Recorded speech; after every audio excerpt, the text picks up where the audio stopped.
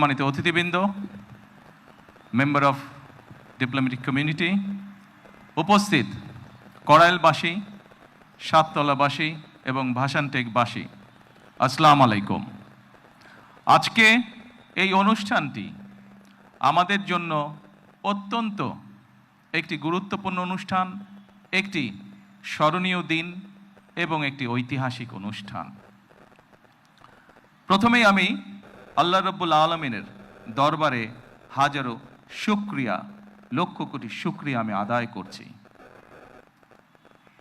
নির্বাচনের মাধ্যমে বর্তমানে বাংলাদেশে জনগণের কাছে জবাবদিহিমূলক, জনগণের প্রতিনিধিমূলক একটি সরকার প্রতিষ্ঠিত হয়েছে।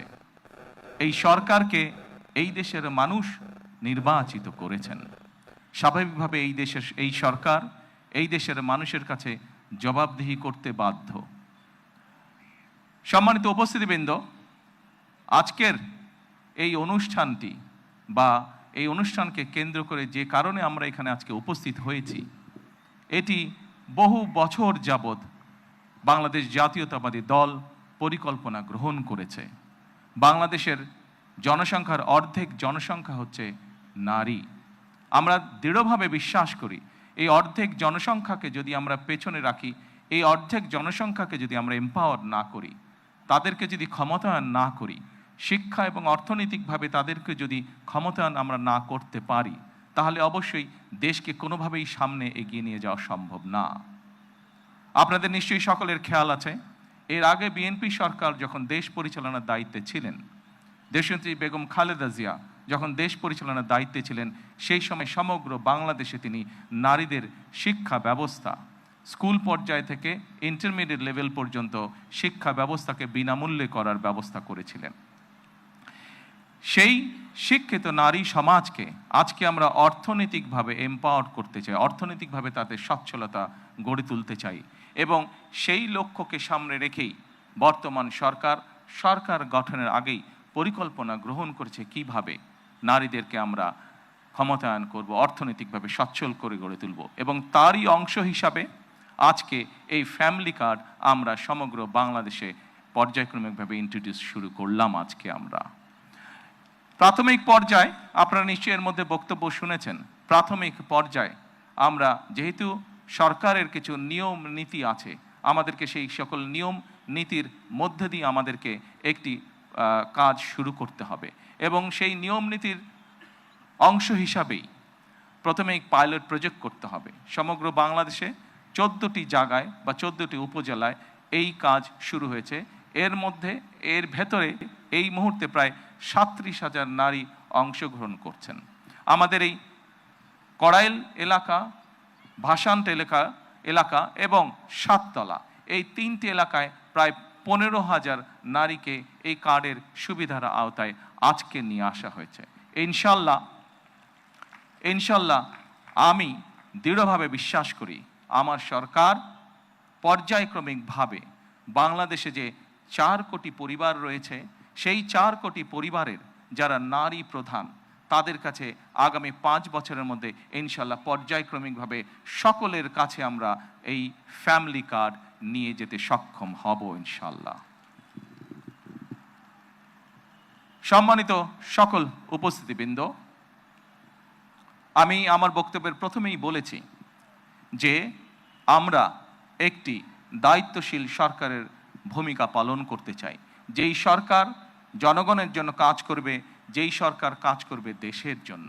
আমরা জনগণের কাছে জবাবদিহি থাকতে চাই, এবং তারই একটি অংশ হিসাবে আমাদের দল, বাংলাদেশ জাতীয়তাবাদী দল, নির্বাচনের পূর্বে আমরা বাংলাদেশের মানুষের কাছে প্রতিশ্রুতি দিয়েছিলাম, বাংলাদেশের নারী সমাজের কাছে প্রতিশ্রুতি দিয়েছিলাম যে বিএনপি সরকার গঠন করতে সক্ষম হলে আমরা এই ফ্যামিলি কার্ডের কাজ শুরু করব।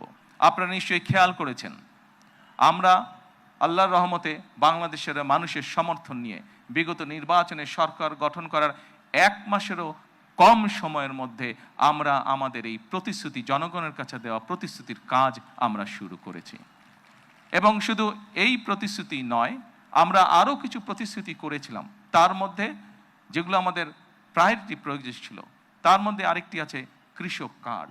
সেই কৃষক কার্ডের কাজও আমরা শুরু করেছি ইনশাআল্লাহ। ঠিক আজকের এই অনুষ্ঠানে আমরা যেভাবে 37,000 মানুষের কাছে, 37,000 নারীর কাছে আমরা ফ্যামিলি কার্ড তুলে দিতে সক্ষম হয়েছি, ঠিক একইভাবে আগামী মাসের মধ্যে আগামী মাসের ভেতরে আমরা কৃষক ভাইদের কাছেও, বহু কৃষক ভাইদের কাছে আমরা কৃষক কার্ড তুলে দিতে সক্ষম হব ইনশাআল্লাহ। সম্মানিত উপস্থিতিবৃন্দ, আপনারা নিশ্চয়ই খেয়াল করেছেন আমরা দেশের মানুষের কাছে আমরা প্রতিশ্রুতি দিয়েছিলাম, বিশেষ করে আমরা বাংলাদেশের কৃষক ভাইদের কাছে আমরা প্রতিশ্রুতি দিয়েছিলাম যে বিএনপি সরকার গঠন করতে সক্ষম হলে যাদের কৃষি ঋণ 10,000 টাকা পর্যন্ত আছে, কৃষি ঋণ সুদ সহ, সেই কৃষি ঋণ বিএনপি সরকার গঠনে সক্ষম হলে সেই কৃষি ঋণ আমরা মওকুফ করব। আল্লাহর রহমতে আমরা গত সপ্তাহে সেই 10,000 টাকা পর্যন্ত কৃষি ঋণ মওকুফ সরকারের পক্ষ থেকে করে দেওয়া হচ্ছে সুদ সহ। এইভাবে একে একে আমরা জনগণের কাছে দেওয়া প্রতিশ্রুতিগুলো, যেই প্রতিশ্রুতিগুলো পূরণের মাধ্যমে জনগণের ভাগ্যের পরিবর্তন হবে, যেই প্রতিশ্রুতিগুলি পূরণের মাধ্যমে, একটি সরকারের প্রতিশ্রুতি পূরণের মাধ্যমে দেশের ভাগ্যের পরিবর্তন হবে, জনগণের ভাগ্যের উন্নয়ন ঘটবে, সেই প্রতিশ্রুতিগুলো আমরা ধীরে ধীরে পর্যায়ক্রমিকভাবে যে কোনো মূল্যে পূরণের চেষ্টা করব। আজকে এই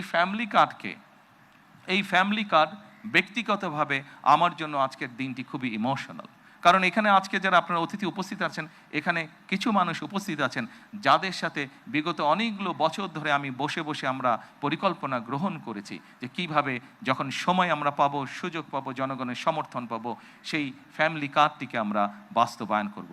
আল্লাহ তাআলা রব্বুল আলামিনের রহমতে আজকে আমাদের সেই দিনটি উপস্থিত, যেই দিনে আমরা আমাদের এই প্রতিশ্রুতি রক্ষা করতে সক্ষম হয়েছি। সেজন্যই আজকে আমার জন্য যেমন একটি ইমোশনাল দিন, আমি মনে করি আমার সরকার এবং আমার দল বাংলাদেশ জাতীয়তাবাদী দলের জন্য একটি ঐতিহাসিক এবং একটি ইমোশনাল দিন আজকে। সম্মানিত সকল উপস্থিতিবৃন্দ, সম্মানিত সভাপতি সহ মঞ্চে উপস্থিত অতিথিবৃন্দ, আসুন, এই দেশটি আমাদের প্রথম এবং শেষ ঠিকানা। এই দেশের মানুষের প্রত্যাশা বর্তমান নির্বাচিত সরকারের কাছে অনেক, সেটি আমরা বুঝতে পারি। কিন্তু একই সাথে আমরা যদি বাস্তবতা বিবেচনা করি এবং সমসাময়িক ঘটনা, মধ্যপ্রাচ্যের যে পরিস্থিতি, সকল কিছু যদি বিবেচনা করি, তাহলে আমরা যে প্রতিশ্রুতিগুলো দিয়েছিলাম, আমরা অবশ্যই আমাদের প্রতিশ্রুতি থেকে বিন্দুমাত্র আমরা অবস্থান পরিবর্তন করব না। হয়তো সমসাময়িক বৈশ্বিক পরিস্থিতির কারণে ক্ষেত্র বিশেষে হয়তো আমাদের কিছু কিছু ক্ষেত্রে সময় বেশি লাগতে পারে প্রতিশ্রুতিগুলো বাস্তবায়নের জন্য। সেজন্যই আজকে আমি সকলকে অনুরোধ করব, এখানে যে সকল এলাকাবাসী উপস্থিত আছেন আপনাদেরকে, আপনাদের মাধ্যমে সমগ্র দেশবাসী যে সকল উপস্থিত আছেন আপনাদেরকে, আপনাদের মাধ্যমে সমগ্র দেশবাসীকে এবং মিডিয়ার মাধ্যমে সমগ্র দেশবাসীকে আমি অনুরোধ করব যে আসুন আমরা ধৈর্যের সাথে সমগ্র পরিস্থিতি মোকাবেলা করি, আমরা ধৈর্যের সাথে সুন্দরভাবে আমাদের এই দেশটিকে গড়ে তুলি। সম্মানিত সকল অতিথিবৃন্দ, আমি নির্বাচনের সময় একটি কথা প্রায় বলতাম, প্রত্যেকটি নির্বাচনী জনসভায় আমি একটি কথা আমার বক্তব্যের শেষে আমি তুলে ধরতাম। সেই কথাটি ছোট্ট একটি স্লোগানের মতন, আপনাদের সকলের কম বেশি জানা আছে, সমগ্র বাংলাদেশের মানুষের কাছে স্লোগানটি পৌঁছে গেছে। আজকে সেই স্লোগানটি দিয়ে আমি আমার বক্তব্য শেষ করতে চাই। সেই স্লোগানটি ছিল, করব কাজ, গড়ব দেশ, সবার আগে বাংলাদেশ। সকলকে আবারও আন্তরিকভাবে ধন্যবাদ জানিয়ে আজকে আমার বক্তব্য আমি শেষ করছি। আল্লাহ হাফেজ।